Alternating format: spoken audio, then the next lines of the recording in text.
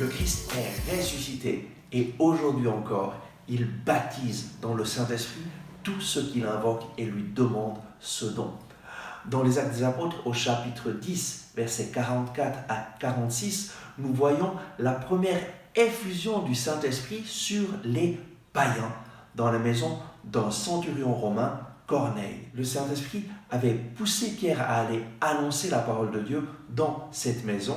Et voici ce qu'il se passe alors que Pierre est en train de prêcher Jésus et de prêcher ce que Jésus a fait durant sa vie terrestre.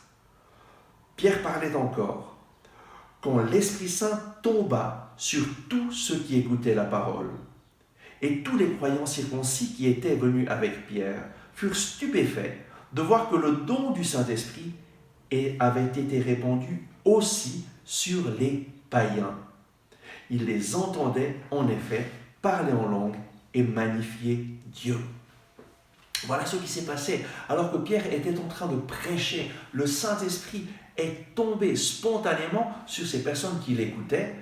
Pierre n'a pas invoqué le Saint-Esprit, n'a pas imposé les mains sur eux pour qu'ils reçoivent le Saint-Esprit. En fait, le don du Saint-Esprit, c'est un don de Dieu. Dieu le donne à qui il veut, mais il le donne toujours à travers des personnes qui annoncent la parole de Dieu, qui annoncent Jésus, le Sauveur du monde, et qui annoncent que quiconque croit en Jésus recevra par son nom la rémission de ses péchés. Voilà pourquoi nous annonçons la parole de Dieu, parce que Jésus est le seul Sauveur. Il n'y a pas d'autre nom donné aux hommes par lequel nous puissions être sauvés. Et nous sommes envoyés pour annoncer la parole de Dieu avec cette assurance que lui nous accompagne avec le don de son Saint-Esprit.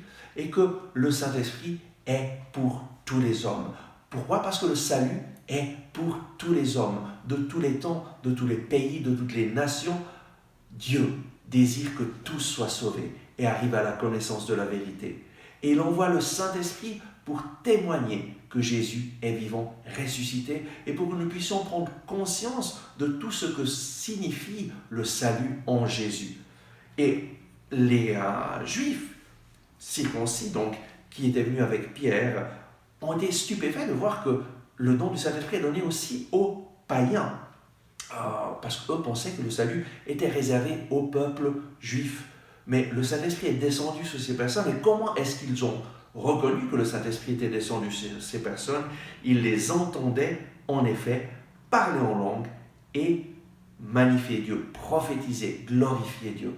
Voici les deux signes qui ont été les signes tangibles de la présence du Saint-Esprit le jour de la Pentecôte. Les apôtres parlaient en langue et ils glorifiaient Dieu, ils prophétisaient, ils annonçaient les merveilles de Dieu. Et voici que sur les païens descend le Saint-Esprit et ces mêmes signes apparaissent. Ils parlent en langue et ils glorifient Dieu et ils chantent les louanges du Seigneur. Voilà ce qui se passe lorsqu'on reçoit le Saint-Esprit.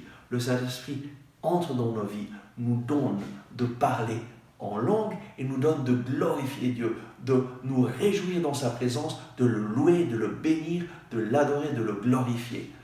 Invoque le Saint-Esprit, demande-lui de te remplir et demande-lui de te donner cette grâce de pouvoir annoncer la parole de Dieu avec toute assurance.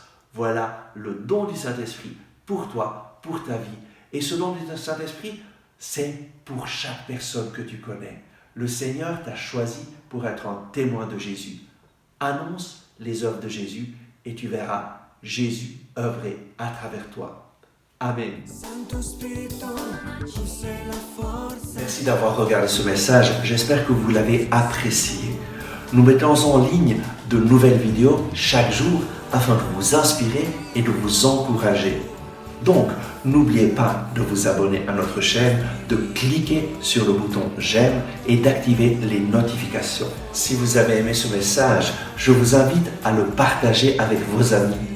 Ensemble avec ma communauté, nous prions pour vous et votre famille. À demain.